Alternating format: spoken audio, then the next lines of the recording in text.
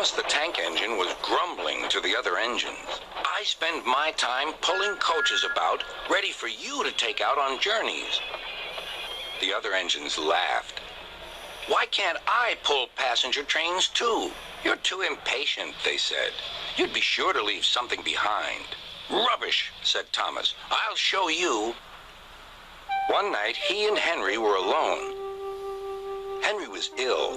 The men worked hard, but he didn't get better.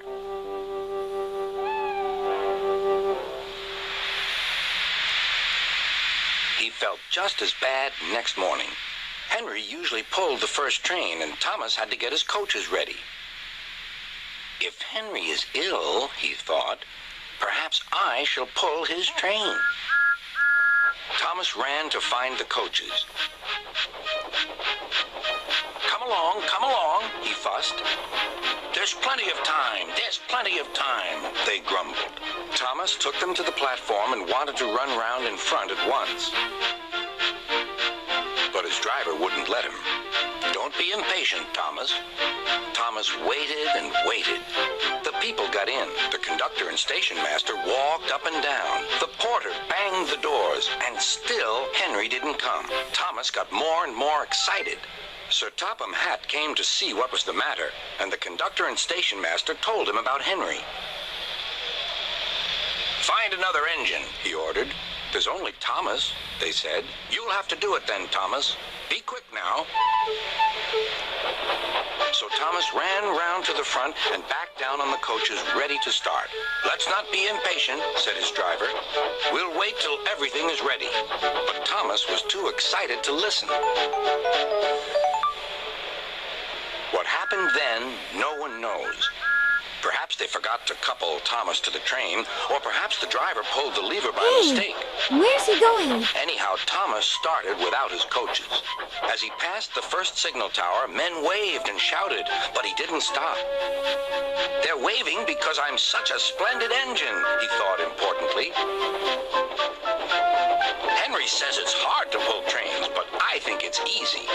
Hurry, hurry, hurry, he puffed, pretending to be like Gordon. People have never seen me pulling a train before. It's nice of them to wave. And he whistled. Beep, beep. Thank you.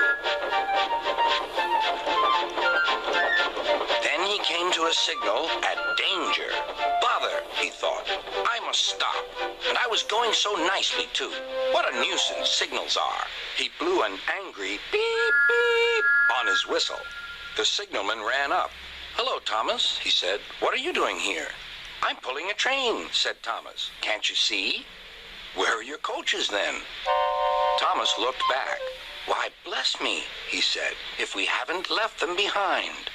Yes, said the signalman. You'd better go back quickly and fetch them. Poor Thomas was so sad he nearly cried. Cheer up, said his driver. Let's go back quickly and try again.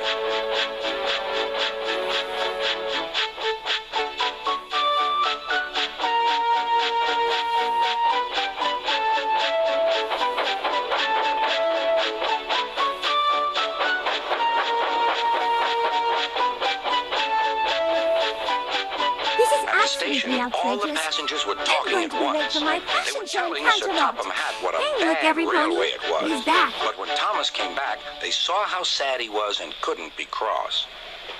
He was coupled to the train, and this time he really pulled it.